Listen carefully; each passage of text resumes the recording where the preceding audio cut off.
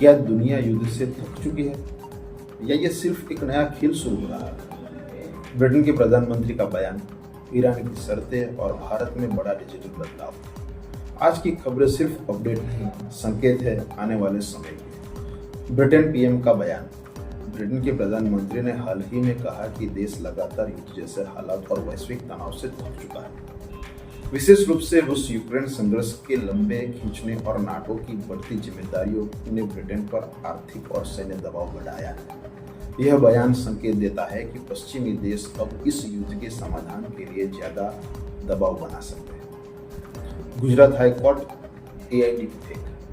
Gujarat high court ने AI deepfake को लेकर सख्त टिप्पणी करते हुए कहा कि यह तकनीकी लोकतंत्र, व्यक्तिगत छवि और साइबर सुरक्षा के लिए बड़ा खतरा बनती जा रही है। कोर्ट ने राज्य और केंद्र सरकार को निर्देश दिए हैं कि डीपफेक से जुड़े अपराधों के लिए स्पष्ट कानून और तेज कार्यवाही सुनिश्चित की जाए। आने वाले समय में डिजिटल प्लेटफॉर्म पर सख्त नियम लागू हो सकते हैं। जामनगर वन तारा यूनिवर्सिटी। जामनगर में वन तारा यूनिवर्सिटी का शिलान्यास किया गया है, जिसे दुनिया का पहला ऐसा संस्थान बताया जा रहा है जो वन्यजीव संरक्षण, पर्यावरण और जैव विविधता पर केंद्रित होगा। यह प्रोजेक्ट भारत को ग्लोबल रिसर्च हब बनाने की दिशा में एक बड़ा कदम माना जा रहा है। इससे इंटरनेशनल स्टूडेंट्स और रिसर्चर को भी आकर्षित करने की योजना है। Online fraud rule 10,000। सरकार डिजिटल फ्रॉड को रोकने के लिए एक बड़ा कदम उठा सकती है। प्रस्ताव के अनुसार 10,000 रुपये से अधिक के ऑनलाइन ट्रांजैक्शन पर 1 घंटे का कूलिंग पीरियड लागू किया जा सकता है। इसका मकसद है कि अगर ट्रांजैक्शन फ्रॉड हो तो यूजर को उसे रोकने का समय मिल सके। हालांकि इस डिजिटल पेमेंट की स्पीड पर असर पड़ता है, जिस पर बहस जारी है। Mathura boat tragedy.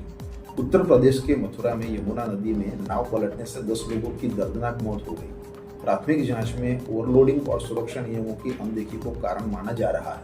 यह घटना एक बार फिर स्थानीय प्रशासन और नदी सुरक्षा व्यवस्था पर गंभीर सवाल खड़े कर रही है। Artemis 2 mission.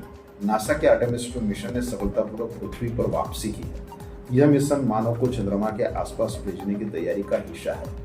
क्रू मेंबर्स द्वारा साझा की गई तस्वीरें न सिर्फ तकनीकी सफलता दिखाती है, बल्कि यह भी संकेत देती है कि 2020 के दशक में मानव फिर से चंद्रमा पर कदम रख सकता है। Russia Ukraine ceasefire. Orthodox Easter के अवसर पर रूस और यूक्रेन के बीच 2 दिन का अस्थायी युद्ध विराम घोषित किया गया है। हालांकि दोनों देश के बीच गहरे अविश्वास के चलते यह केवल प्रतीकात्मक कदम माना जा रहा है। विशेषज्ञों का मानना है कि स्थायी शांति के लिए अभी लंबा रास्ता तय करना बाकी है। BJP women reservation campaign. Bharatiya Janata party आज से देश भर में महिला आरक्षण को लेकर राष्ट्रव्यापी अभियान शुरू कर रही है। इसका उद्देश्य महिला मतदाताओं को जोड़ना और 33% आरक्षण के मुद्दे को राजनीतिक रूप से मजबूत करना है। आगामी चुनावों के नजरिए से यह अभियान काफी महत्वपूर्ण माना जा रहा है। Afghanistan flood disaster. अफगानिस्तान में भारी बारिश, बाढ़ और भूस्खलन के कारण 148 लोगों की मौत हो चुकी है। कई गांव पूरी तरह तबाह हो गए हैं और राहत कार्य अभी भी जारी है। यह घटना दर्शाती है कि जलवायु परिवर्तन का असर अब विकासशील देशों पर सबसे ज्यादा पड़ रहा है। ऑपरेशन सिंदूर आर्मी स्टेटमेंट। ऑपरेशन सिंदूर को लेकर आर्मी चीफ ने कहा है कि सेना ने धार्मिक संवेदनशीलता का ध्यान रखते हुए नमाज के समय कोई हमला नहीं किया। यह बयान दिखाता है कि आधुनिक युद्ध में भी मानवीय मूल्यों का बनाए रखने की कोशिश की जाती है। हालांकि इस पर अलग अलग प्रतिक्रिया सामने आ रही है। Justice Yashwant Verma resigns. Allahabad high court के जस्टिस यशवंत वर्मा ने अपने पद से इस्तीफा दे दिया है। हालांकि आधिकारिक कारण सामने नहीं आया है, लेकिन न्यायपालिका में इस तरह के इस्तीफे हमेशा चर्चा का विषय बन जाते हैं। अब नजर इस बात पर है कि आगे क्या कानूनी और प्रशासनिक कदम उठाए जाते हैं। ईरान अमेरिका इजराइल युद्ध। अब बात उस मोर्चे की जहां शांति की बातें भी रणनीति बन चुकी है। इस्लामाबाद में होने वाली शांति मंत्रणा से पहले ईरान ने 2 शर्तें रखी: लेबनान में युद्ध विराम और जब्त की हुई संपत्ति की वापसी। इजराइल के प्रधानमंत्री नेतन्याहू ने साफ कहा, लेबनान में कोई सीज फायर नहीं।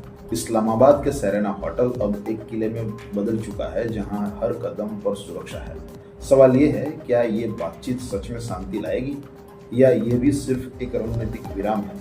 इतिहास में आज का दिन 11 अप्रैल 1970 को अपोलो 13 मिशन लॉन्च किया गया था, जो बाद में एक बड़ी तकनीकी समस्या के कारण सक्सेसफुल फेलियर के रूप में जाना गया। इस मिशन ने नासा की क्राइसिस मैनेजमेंट क्षमता को दुनिया के सामने साबित किया। 11 अप्रैल 1968 इसी दिन अमेरिका में civil rights leader Martin Luther King junior की हत्या के बाद देश भर में आंदोलन तेज हुए, जिसका प्रभाव पूरी दुनिया में मानवाधिकार आंदोलनों पर पड़ा। भारत सहित कई देशों ने इसके सामाजिक न्याय की नई दिशा दी। इतिहास हमें सिखाता है, तकनीक बदलती है, सरकारें बदलती है, लेकिन फैसलों का असर पीढ़ियों तक रहता है। आज की खबरों में आपने देखा युद्ध की थकान, टेक्नोलॉजी का खतरा और बदलाव की शुरुआत। लेकिन सवाल अभी भी वही है, क्या दुनिया सच में शांति चाहती है या सिर्फ समय खरीद रही है? अगर आप खबरों को सिर्फ देखना नहीं समझना चाहते हैं तो इस वीडियो को लाइक करें, शेयर करें और एटर्नल द न्यूज़ चैनल को सब्सक्राइब करें। मैं विदेश बारोट, मिलते हैं कल शाम 6 बजे।